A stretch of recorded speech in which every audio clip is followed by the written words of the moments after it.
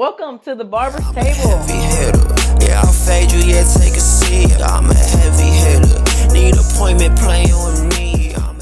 Today we have special guest Neq the Barber with us. She has been a licensed master barber for the last 8 years in Omaha, Nebraska. She currently works at Heavy Hitters Barbershop for the last 4 years. She's been with us. Has consistent clientele for the last 8 years. She has went back to school and finished all of her hours to become a barber instructor.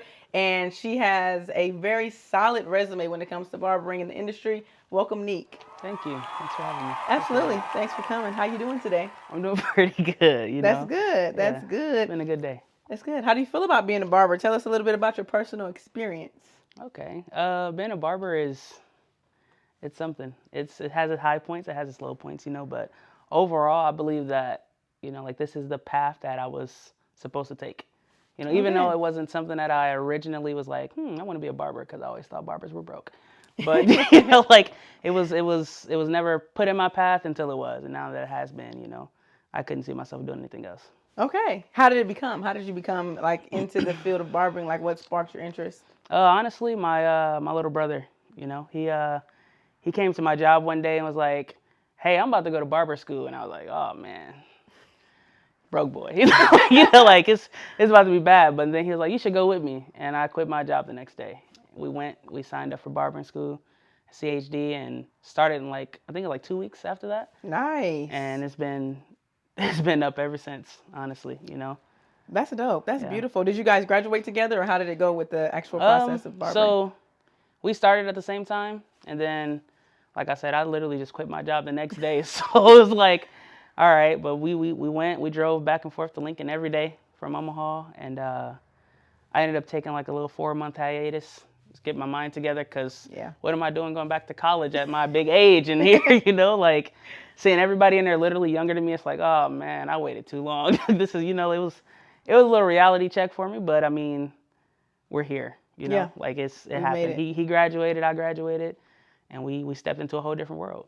I love it. I love it. That's crazy you said that, because when I started barber school as well, I was older than everybody in the class. Like my nickname was OG. Yeah. Margo and all them. Even to this day, when they see me out and about, they'll be funny, be like, "What's up, OG?" I'm like, I am not that old.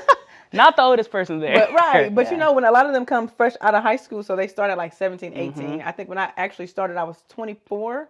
Do you remember how old you were when you went to barber school? Right there too. Okay. Yeah, 24, yeah. Okay, perfect. And there with all those 17-year-olds, it's crazy. No, seriously. So when you went back for your hours as far as an instructor, how different was the experience? So originally when we first started barbering school, you know, we had the Barbers and the Kazis in the same building. So when I went back to do my barber instructor's license, it was nothing but barbers in there, and they were all 17, 18, 19. You had a couple stragglers that were in their 30s, 40s, but other than that, it was just like, man, these are really some kids, you know. And then it made me think back, like, man, we were really in here young. Like this is, you know, like this is crazy, because this was really a part of our life for a good period there. 14 months. Yes. And crazy. now it's what, 12 months? But you can get it done in 11, 1,800 right? hours, yeah. Crazy how that's changed. They also no longer offer masters in barbering. Now it's just a regular standard barber. We got in. Yeah, we in there. We got VIP. in, yeah. We are definitely VIP. We put in the time though. You Absolutely. know? For sure. Absolutely. What were some of your biggest challenges facing when you started barber school? Since you completely just quit your job and just completely reset, what would you say was your biggest 2 challenges for doing that? The biggest thing was committing. Committing to that drive every single day there and back. They had a pretty strict attendance policy, so you know, you 1 minute late, they sending you home. You know, like they didn't play around like that. But it was to prepare us for our future. You know, make sure we're punctual. But coming from Omaha, if I'm 1 minute late clocking in, and they sending me back to Omaha, that's a 45-minute drive. That wasn't nice. You know, so that was probably one of the bigger struggles. And then actually realizing, like, man, I'm really back in school again. You know, like actually having to put that effort in, put my best foot forward, and really just kind of just go with it. Yeah, you know? like stick to it. Yeah, finish it out and actually take it serious. Yeah. And when did you realize that you were in the beginning? When did you realize you were not good at cutting hair? So you know, you got orientation, right? So it teaches you everything, right? It teaches you from the basics, from turning that thing on to a fade, you know. But as a barber, we expect so much more of clipper work, and we got a week, you know. So we turn them clippers on and hit it with a mannequin, and it's like, oh, this is good. This looks nice, because they're teaching us step by step until you get out of orientation and you get your first client. And then you like, ball line is at the temple? Oh, no. You said low fade, right? Like that? You got to fix mistakes. And when you have to fix those mistakes and you don't know what you're doing to even begin to fix it. Terrible. It's terrible. Terrible. It was absolutely terrible. There's so many terrible haircuts that they just let walk out of there. It's terrible. That's why they spend $6. Oh my God. And they tip you. Hey, $6 haircuts. Oh man, it was crazy. I think the lowest I ever got tipped outside of nothing was like a 5 cent. I got a dime. A dime? I got a dime. Hey, more than what I got. And you know what's crazy? What's crazy is I will not ever forget the dime that I got, because it was an older white guy. You know, course. He was probably living in some home in Lincoln or whatever the case may be. His granddaughter brought him in. He gets his haircut. I walk him to the front, you know, cash him out. Here you go. And he's like, stop, wait, don't. Grab my hand and then thank you. Thank you. Hey, so appreciate. Hey, but you know, thank you so much. I'm not gonna lie to you. That made me appreciate the community in which we work in so much better, though. Like, Absolutely. you know, like tipping is not mandatory, but it is appreciated. For sure. Like, honestly, like them 5 cent no tip tips. Yeah. But it always came from older people, you know, and it's always a thought that counts. Absolutely. Absolutely. And then, you know, you got to think about our time frame too. Like maybe where he is mentally, 10 cents to him is still a loaf of bread. Hey. You know? Which is crazy. Yeah. I can get a fruity tooty with it. Can I still get that? Barely. It's like 15, 20 at the mart down the street. Okay. So tell me, without, you know, hurting anybody's feelings, what's the craziest thing that you've seen, heard about, or knew in barber school? In barber school? Yes. Oh, boy. Okay. Not going to name drop because we was in barber school together. Yes. So, you know that during our time, there was facilitators in which worked at the school. Yes. And they were cracking the students. And when I say cracking, I mean every session was 10 weeks. So every 10 weeks, she had a new prospect. On rotation. And when I say in rotation. Yeah. In rotation was an understatement. Yes. You know, like you are supposed to be someone who is here to help us get to where we're going. And you are literally picking you a YN every session. Yeah. And then everybody knows that you're doing it. So it's not a secret. And these are kids. I mean, if you really want to be real, that's still considered a form of pedophilia. It if is. They're coming in at 16, 17. Yeah. And they graduate early and they there, you know? And in their mind, they're like, what? She looking at me? What? Yes. I also, too, witnessed. In my it's class. Insane. It's insane. There was a couple in my class. Yeah. So, a couple what do you feel in like? Your class is crazy. Yeah. What do you feel like I mean, because now you're on both sides of it. Like, you went back to be an instructor. So you've seen how easy it would be on that side for manipulation to work in any way. What do you feel like the schools should enforce? Do you feel like there is something? I guess I should ask you, did you hear of anything? Was there something that was in place? No, there really wasn't. I mean, if anything was said, then they kind of looked into it a little bit. But it wasn't like, it wasn't like they went full-fledged to investigate what was going on, you know? Like, people like to keep their private business private. Yes. Until they get upset, and then it's no longer private. Luckily, in the situation when I was back as a barber instructor, I did not hear of anything, in my, you know, during my time there. But as a student, we all knew what was going on. Absolutely. You know? Unfortunately, some people are more easily manipulated than others. And that's just the way the cookie crumbles. Yes. So, yes. You know, but I think like, as far as like enforcing stuff like that, you know, like trying to keep up on it, you just got to be more aware. And I wish I can say cameras, but there's cameras all through, you know, every building, every aspect of, you know, any school. You know, they got to just keep an eye on things, but it didn't stop things from happening because there's always a corner. There's always a blind spot. Yes, there was. Always. It's crazy because you sharing this is like, yeah, we were there at the same time. Same exact time. And there was a lot of stuff that was happening. And you know what's crazy from what I've heard, just from even when we used to have Joseph's in Omaha, and now that we have more barber schools in Omaha and Lincoln, you still hear the little whispers and the stories about it happening.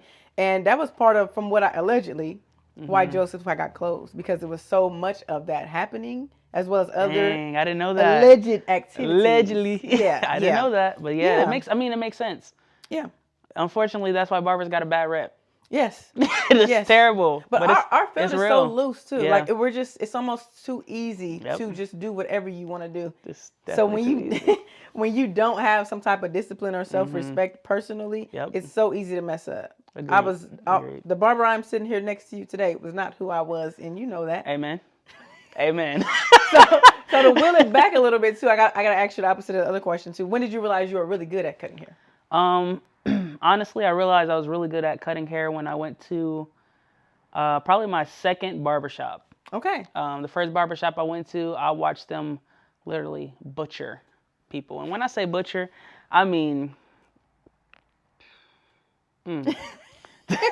to line somebody up with a blade, and every single time that blade touches a different person's head, they are leaking.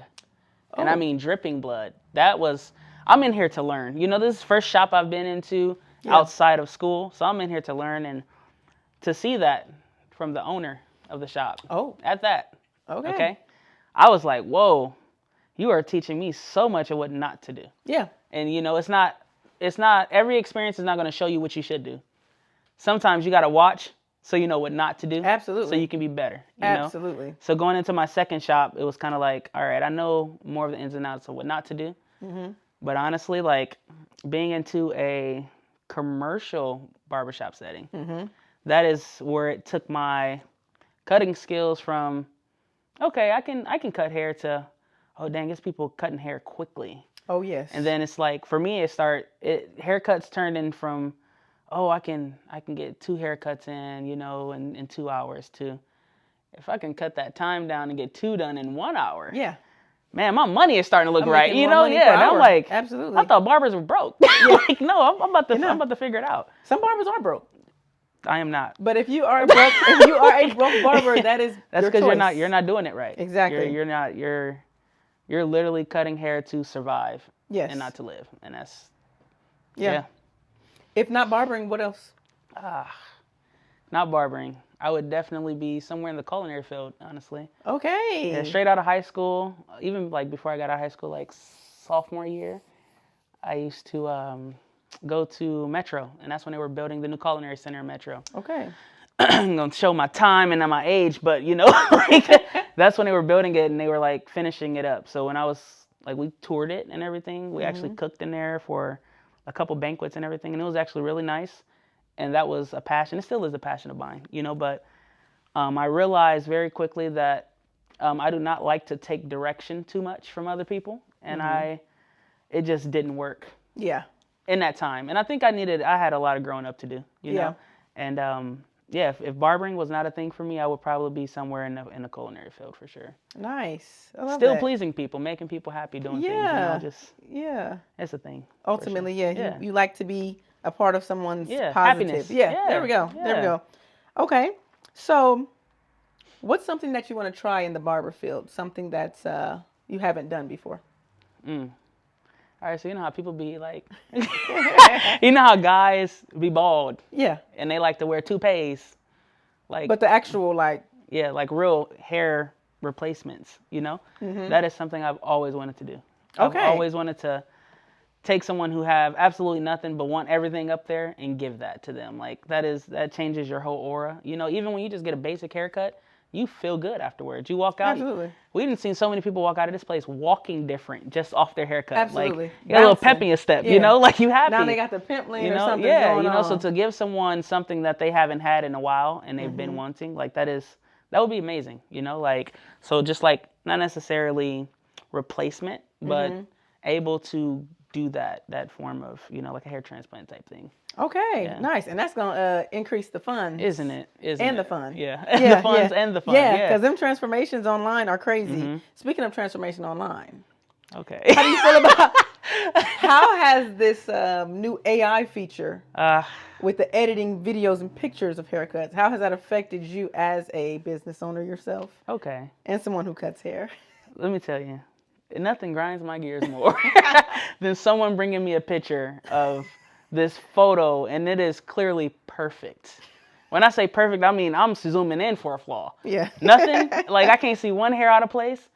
It makes it so everything is just so unrealistic. Yes. You know, everybody wants perfection and they want everything to look great. And you can get a great haircut. You can get an amazing haircut. You can probably walk out of here with the best haircut you ever received in your life. But nothing's perfect. Exactly. And you bring in pictures in and, oh, my friend haircut is like this. And then you're showing you pictures of your friend's cut compared to this cut that you just showed me. And it's not the same. Yeah. But I mean, but AI is just, it's precision. Yes. It's supposed to be perfect. It's supposed to give you the illusion that everything is what it needs to be. And, it doesn't even just affect our field. It's other fields too. Food. Yes. Like, I don't know how many times I didn't seen a commercial and the food look amazing, and I get there and I'm like, man, this is terrible. Yeah. Like this is absolutely terrible, Yeah. But it's like, it's the illusion. It's the illusion that everyone wants it. They seeks out that perfection, and it just is. Yeah, it's unreal. Yeah, it's really unreal. very unreal. It's so unrealistic. And like you said, just to piggyback on what you said, it's definitely giving perfection, and it just really does not exist in our field at all. And I think that's a lot of things that a lot of clients don't understand either. Is with things like your hairline, things like sometimes your taper, your fade, your blend, certain areas, certain All of it. divots you have in your head, certain scars you have in your head, discoloration, Yeah. bumps, the list goes on. We cannot replicate something that's not realistic. Right. And also, no one has the perfect hairline. No one. We have to create an illusion. That is why we are good at what we do, because Exactly. we can create a slight illusion that makes it look near perfect. But I embrace the flaws in different people's haircuts and different lineups and different shapes and styles. I think it's unique. But a lot of people can't do that. Yeah. A lot of people take the haircut and they stumble and they fold. Yeah. And they try to make every cut actually look the same. When you have different variations, like if you have a odd shaped head, Yes. okay, Yes. and someone who has a perfect oval head, your haircuts aren't going to look the same. Yeah. You can get the exact same cut by the exact same person, and it's going to look different. Completely. And then you got people bring those AI cuts, and you show me a little black boy, and you a little Mexican boy. It's not the same. You You don't know, have the like texture. I can't change your hair texture. That's Yeah. not what we do. You Yeah. know, so it's a learning curve for sure. Yes. And it boils down to education. We have to educate the client. That's what it is. So how do you Feel about enhancements. Oh, Shannon. Enhancements. I'm not gonna lie to you. Before I started working here, I was 100% opposed. Okay. 100%. I thought it was just weird that people are using paint to just. What are we doing here? Okay, like what's happening? But watching you use them, I'm not gonna lie. Like I was like, okay, that doesn't look terrible. It doesn't look bad, Thank you. But then I see on YouTube and it's like jet black, and I'm like, what did you do? Like that's not what it looks like, So watching other barbers use it correctly to actually enhance the cut and not make the cut itself. Yes. I have learned to appreciate enhancements. Yes. The spray.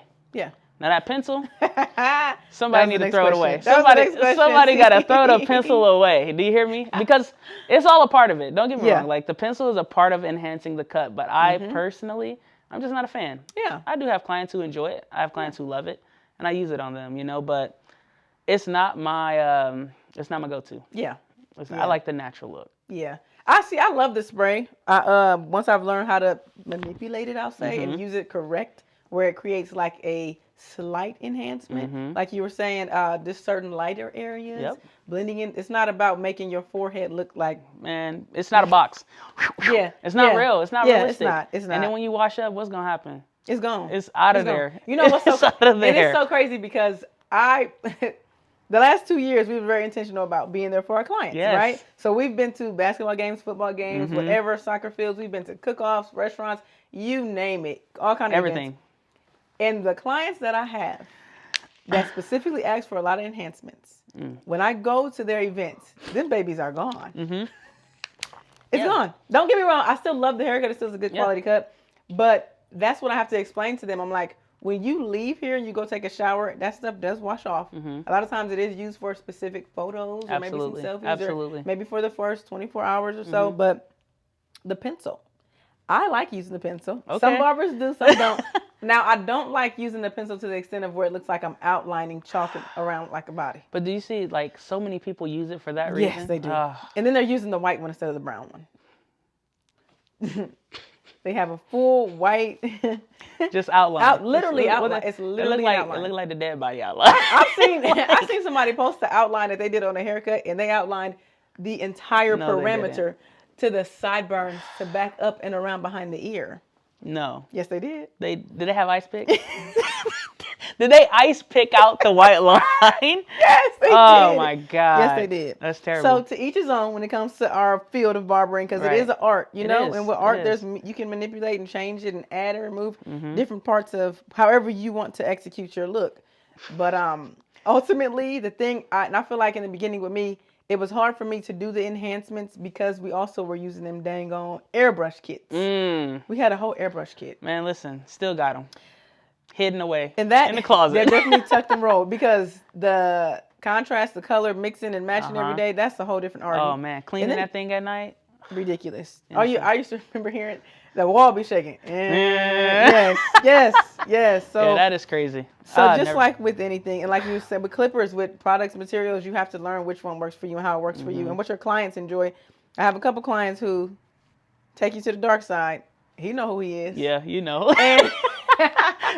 And shout out to him too. He's loyal. We love For him. sure. But certain clients do like it darker than what you would recommend as a professional. And sometimes you have to kind of bend and fold what you prefer to make sure your clients are satisfied. You know, honestly, it looks good on some people. Yeah. But some people, you gotta appreciate our professional opinion. Yes. You know, it's Yes. not.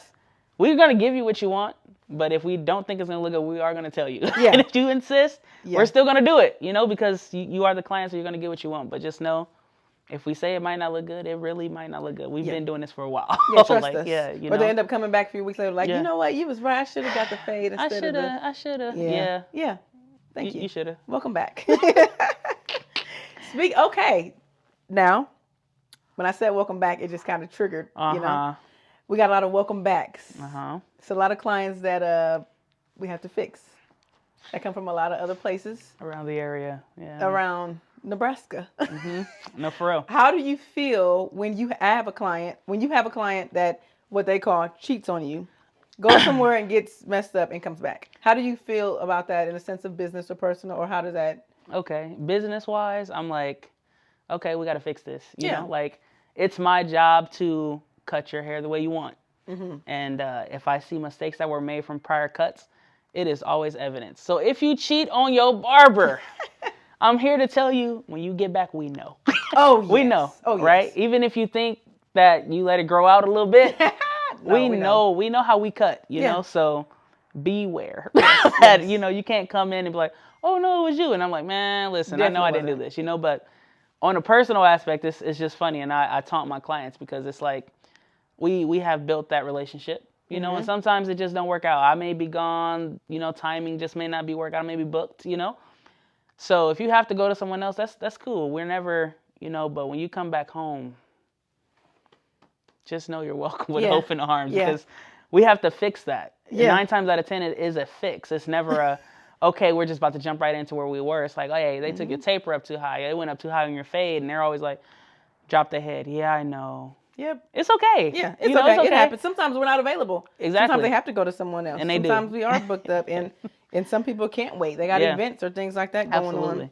When it happens, you know, but it's the ones who try to make it seem like they don't go nowhere. Yes. Oh, I'm about to give you some crap this whole haircut. Yes. You're about to enjoy this 25 minutes of laughter because we're about to talk about it for sure. As soon as you open that door, I'm like, is it? You ain't been here. Yeah, welcome back. Welcome Look back. at that lineup. And I'm so good for if somebody messes my client up when they get in my chair. First thing you do as a barber after you cape up, of course, you comb out or you brush down. Looking at I'm so everything. good for brushing down the hairline where they push back and spinning them. Let's look in the mirror together. Hey, seriously. Okay, Seriously. what do you Standing see? right behind them. Hold your head straight, Yeah. too. Don't tilt. Hold your head straight. What do you Let's look see? at it. Yeah, Shan, I know they messed me up. You Hey. wasn't available. I know, and I don't get me wrong. I know my schedule is ridiculous. It has been for the past 5 years. Amen. All praise to the Most High. Hey, amen. 100%. It's a blessing. It's a blessing. For sure. But that's also why I have other barbers and I refer my clients to y'all. Yeah. And every single time they decide to just go somewhere else, It's crazy. 90% of the time they come back and they're disappointed. And Like, then- I should have just went to somebody, or they hit you. Also, if you hit me up and I am booked and I send you Neek's link, Javon's link, Brian's, when you text me and say, are they as good as you? you are never going to get the answer you think you're supposed to get. Ever. You'll never get the right answer. Everyone cuts different. Everyone in this shop is cold. I will let everyone in this shop cut my hair. And I'm probably one of the most pickiest people in Nebraska. I can attest to that. Yes. So yes, everyone here is quality. Yeah. Absolutely. Everyone here is exactly what they are, heavy hitter. Talk that. Sure. Talk that. Okay, so I'll wrap it up with asking about the new gen and the old gen comparison and things that are also outside of our field when, you know, young and popping comes in and the old and outdated. And not to say people are outdated, respectfully, but how have you seen that unravel in our field? So as far as like old barbers versus new barbers, right? Yeah. So when I say new barbers, I mean people who have, to me, been cutting less than 10, 15 years. Yes. That's what I consider a new barber because you're still trying to figure it out. Like people think that when you get into this field and as soon as you get your license, you're just supposed to be cold. And that is a huge misconception. Yes. Like everybody has to build themselves up.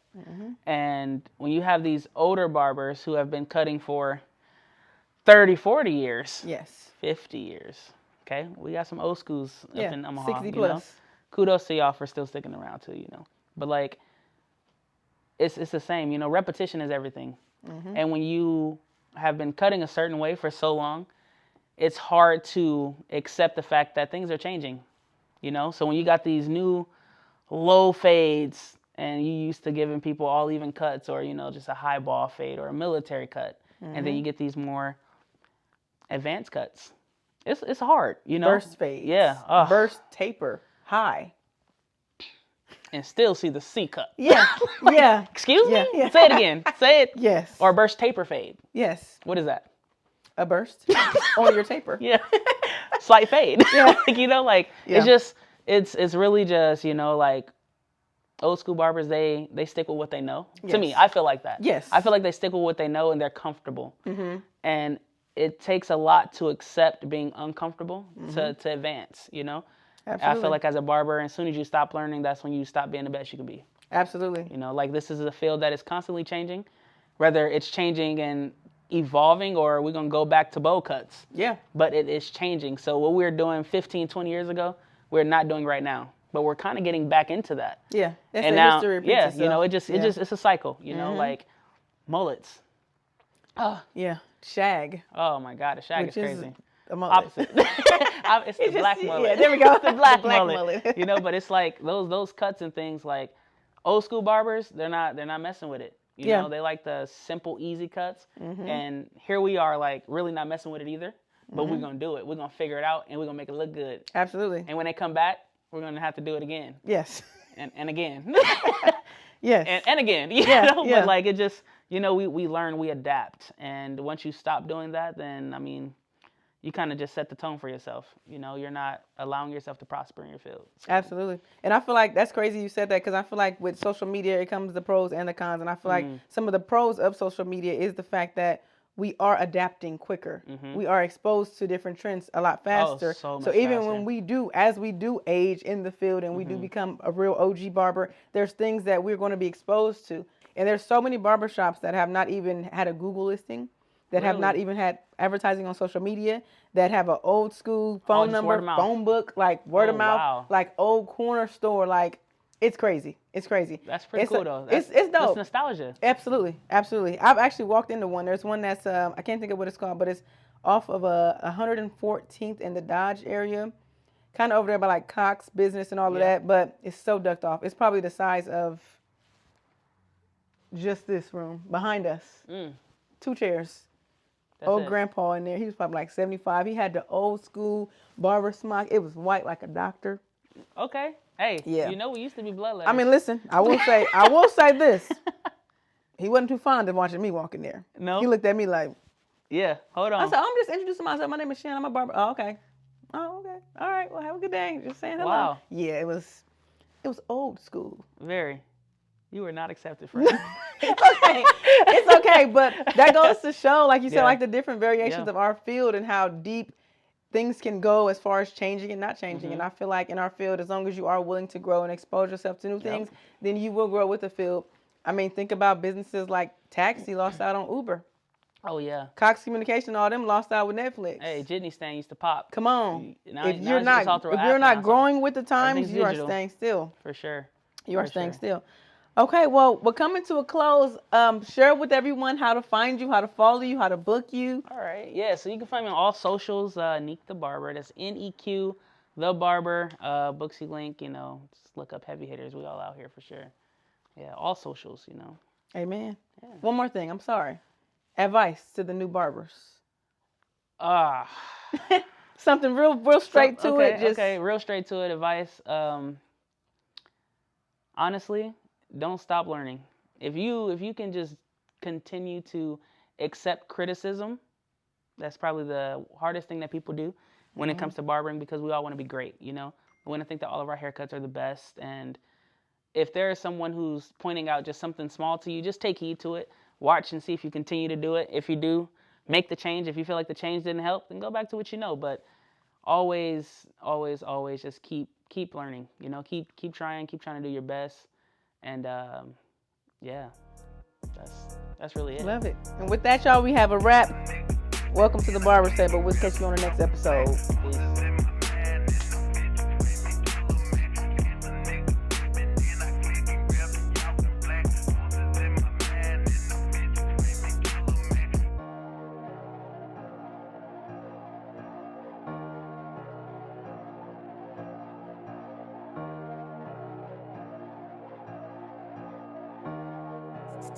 Cypher.